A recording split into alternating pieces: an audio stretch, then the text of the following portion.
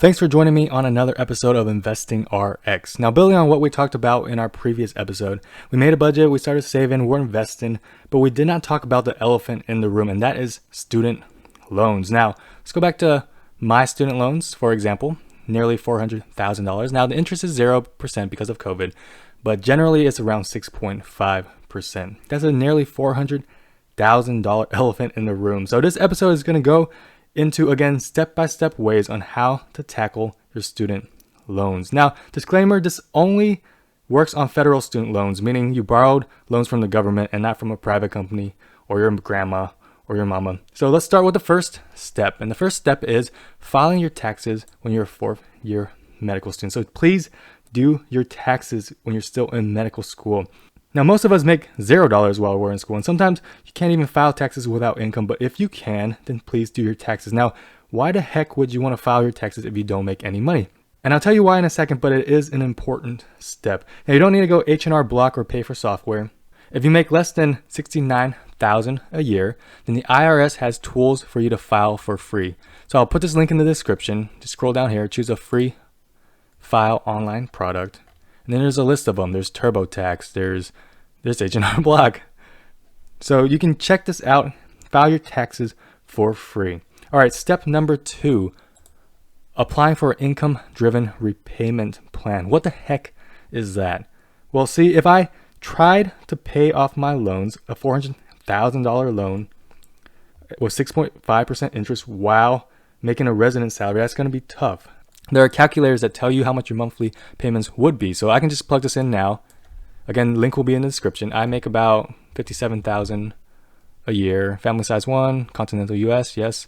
Annual income growth about less than that, 2%. Married, wouldn't you like to know? Total federal student loan balance, we'll just round this up, $400,000. And again, I said the interest rate was 6.5%. I make about $3,400 a month. Standard payment is $4,500. I don't make that. So the standard monthly payments would be more than what I make. So the government makes plans like IBR, ICR, Pay, Repay, which caps the monthly payments to a certain amount, which makes things a lot more doable. They usually cap it between 10% and 20% of your discretionary income. So you want to apply for these as soon as possible.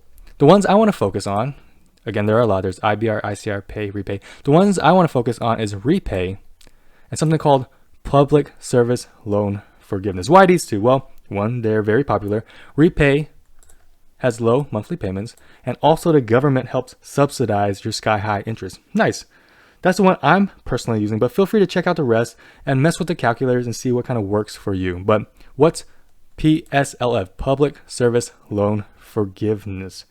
So let's say you apply for Repay or Pay or ICR or whatever. If you work at a public institution or a nonprofit, and remember residency counts because that is work, and you work for 10 years and make 10 years of payments, then the rest of your loan is forgiven. So say you work 6 years of residency at the University of Washington, and then you work there for 4 more years after you finish your training. That's 10 years. Then if you do everything right and you do all your paperwork, then you should have your loans forgiven. Now that sounds awesome, but that can be a large undertaking. I'll take a deeper dive and explain why.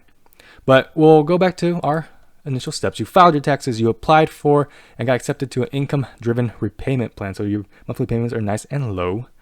And remember, your monthly payments are based on your income. So they'll look at your tax returns and see what your income was. And they'll say, oh, your income was 0. That means your monthly payments will be 0. So your monthly payments for your first year of residency will be 0. And that is why you do your taxes. Not only is it 0 for the year, which gives you time to budget and plan for future payments, but if you decide to do loan forgiveness, then that year of 0 payments also counts toward your 10 years total. How sweet is that? But eventually your intern year will end. And you do your taxes again, and you have to reapply, or what we call recertify, every year. And you have to recertify every year because your income changes every year. And again, the monthly payment depends on your income. So you have to recertify every year. And the government will look at your taxes and say, okay, this is how much you make. Now your monthly payment is this. For me, is a couple $100s a month. And again, that changes depending on how big your loans are, how much you make, etc. Mess with the calculator as needed so you are prepared. Back to our steps. You keep on chugging along until you finish residency. Congratulations. And each year you're filing taxes and recertifying until you finish residency. And you start your new job and you're about to make real doctor money. Now, you have a tough decision to make. And that decision is, do you refinance your loans or not? Now, the main benefits of refinancing your loans is often when you refinance your loans, your interest rates are lower. That's the main benefits. The main downside is that when you refinance your loans, they no longer are under the government, and therefore there's no longer government assistance. That means no more low monthly payments. That means no more loan forgiveness. So you have to seriously consider and ask yourself if it is worth it. All right, the last step, regardless of what you do, is to finish paying off that loan. If you stay with an income-based plan or refinance, you'll finish off paying your loans. If you stick with loan forgiveness, and hopefully after 10 years, it is forgiven. Whatever the case is, maybe the most important time frame for personal finance is the first 5 years out of residency. What do you do after you start making good money? Do you live within your means, keep a budget, invest, pay off your loans?